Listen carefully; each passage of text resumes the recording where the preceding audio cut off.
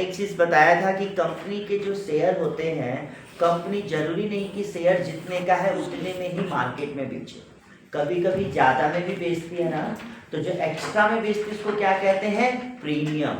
यानी 100 रुपए का शेयर मान लो 110 रुपए में बेच रहे हैं, 150 में बेच रहे हैं, 200 में बेच रहे हैं, तो जितना पार्ट एक्स्ट्रा बेच रहे हैं, जितना पार्ट एक्स्ट्रा इशू कर रही है कंपनी, उसे कहेंगे प्रीमियम। तो यदि कंपनी ने शेयर इशू किया है प्रीमियम पे, तब क्या केस होगा? हम लोगों ने अभी तक क्या पढ़ लिया? सिंपल, यदि वन टाइम सब्सक्रिप्शन है, चाहे वो अंडर सब्सक्रिप्शन है, चाहे लम सम सब्सक्रिप्शन है, चाहे ओवर सब्सक्रिप्शन। आ गया समझ में? कल आपने पढ़ा था कि सिंपल इंस्टॉलमेंट में ले रहा है, लम सम में ही पढ़ा था। सिर्फ अंडर में रहेगा तो बस वही करना है कि 10,000 शेयर इशू किया है, 9,000 मिले तो 9,000 से एंट्री कर देनी सारी अंडर में। लेकिन ओवर में चेंज होता है। अब ओवर में कैसे चेंज होता है इंस्टॉलमेंट वाले में, वो आगे पढ़ेंगे। अभी नया टॉपिक ये पढ़ने जा रहे हैं कि इन केस कंपनी शेयर जितने का है उससे ज्यादा रेट पे इशू करती है, तब कैसे ट्रीटमेंट करते हैं। लाइक जैसे for example x limited issue, देखो मैं यहाँ पे क्वेश्चन में लिख रहा हूं, x limited issue 10,000 shares of rupees 10 each at a premium of 10%। मतलब 10,000 शेयर इशू किए, कितने के? 10 रुपए के रेट के, और 10% प्रीमियम है। 10 रुपए का रेट था ना, प्राइस कितनी थी? 10 रुपए, और 10% प्रीमियम। 10 रुपए का 10% कितना होता है? 1। यानी कितने में शेयर इशू किया? 11 रुपए। आई बात समझ में? कितने में शेयर इशू किया? 11 रुपीज में। ये 10% है। क्लियर है?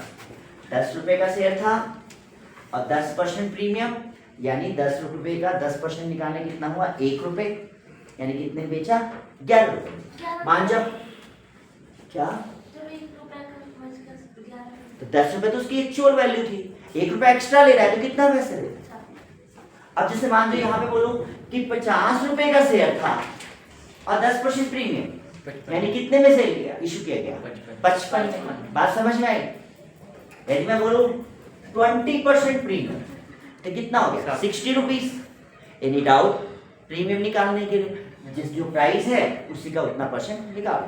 कभी कभी ये प्राइस ना दे करके ऐसे दे, X limited issue 10,000 share of rupees 50 each at a premium of rupees 5। यानी कितने में इशू किया? 55 में। अंतर समझ में आया? क्लियर है? परसेंटेज होगा तो इससे कैलकुलेट करके प्लस करना है, अब परसेंटेज नहीं रुपीस में होगा तो डायरेक्ट प्लस करना। अब मैं बोल रहा हूं all the amount was payable on application। सारा पैसा एप्लीकेशन पे मिला, यानी अब एप्लीकेशन की रेट कितने की हो जाएगी? 50 रुपए का शेयर था, 5 रुपए प्रीमियम, यानी कितने की हो जाएगी? 55 की। 55 की ऐसे लिखेंगे, फिर यहाँ ब्रैकेट में भी लिखेंगे 50 + 5, यानी 50 एक्चुअल शेयर की वैल्यू और 5 रुपए जो एक्स्ट्रा है। क्लियर है? अब देखो पहला topic, all the share were subtract, यानी टोटल कितने से करना है? 10,000 से एंट्री करनी है ना, तो 10,000 से 55 से एंट्री करोगे। Bank account debit to share application and allotment. 10,000 to 55 करेंगे, कितना आएगा जी? 5,50,000 हुआ क्या? क्योंकि 10,000 शेयर इशू किया था ना। दूसरी entry, share application and allotment account debit 5,50,000 to share capital. अब शेयर कैपिटल में ऐसे लिखेंगे, 50 रुपए कैपिटल का है, इधर देखो 50 रुपए कैपिटल का है और 5 रुपए प्रीमियम का है, तो यहाँ पे लिखेंगे टू शेयर कैपिटल 5 लाख और 2 सिक्योरिटीज प्रीमियम 50,000। समझ में आया? yes, पहले रिसीव किया 5,50,000, सेल एप्लीकेशन अकाउंट डेबिट 5,50,000 जिसमें कैपिटल का हिस्सा कितना है 50 रुपए और प्रीमियम का हिस्सा कितना है 5 रुपए। तो 50 से मल्टीप्लाई करके टू शेयर कैपिटल, 5 से मल्टीप्लाई करके टू सिक्योरिटीज प्रीमियम। क्लियर है? अलग अलग दिखाना है। एनी डाउट किसी को? अब मान जाओ कि एप्लीकेशन जो है 9,500 आई हो, यानी अंडर सब्सक्रिप्शन हमें 9,500 से करना है। पहली entry bank account debit to share application and allotment 9,500 into 55 कितना आएगा जी? 9,500 इंटू 55 कितना आएगा? करना इसमें कैलकुलेट 9,500 इंटू 55 4 लाख, हाँ जी 4,95,000 नहीं, हाँ जी ये है 9,500 इंटू इंटू 5,22,500 5,22,500 इसका आया 5,22,500। दूसरी entry share application and allotment account debit कितना 5,22,500। अब टू शेयर कैपिटल कितना दिखाएंगे?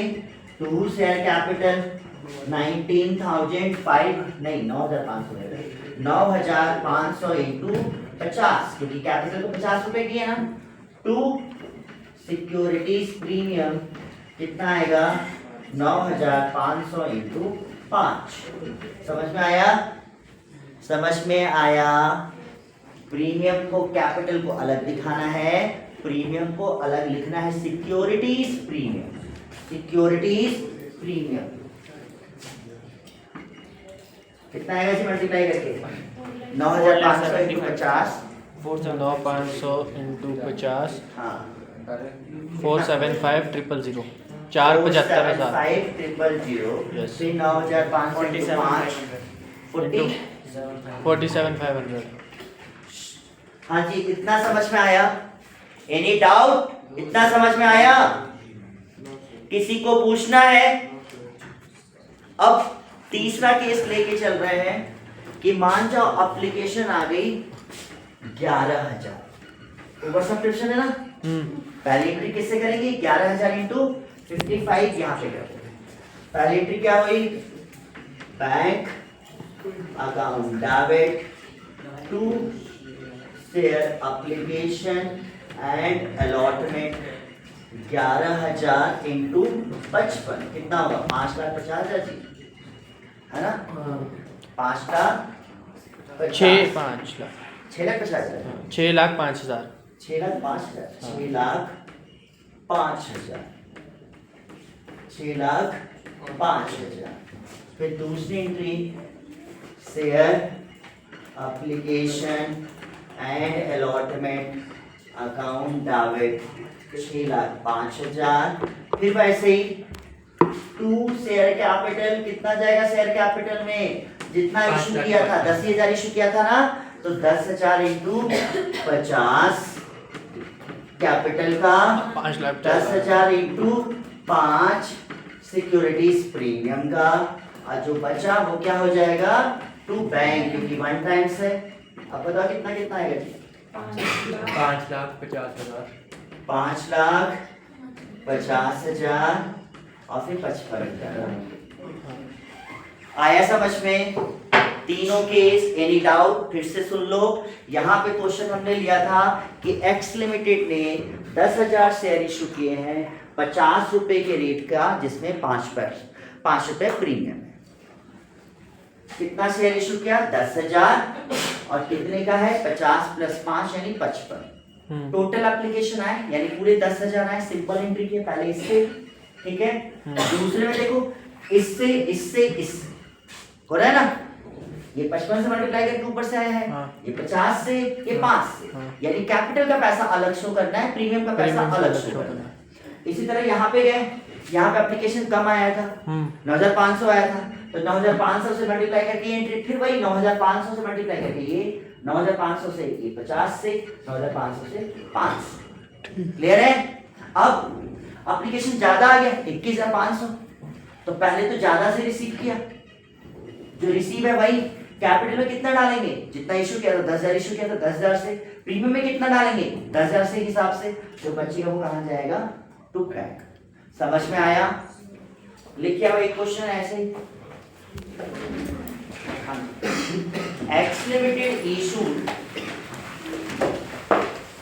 और आज की डेट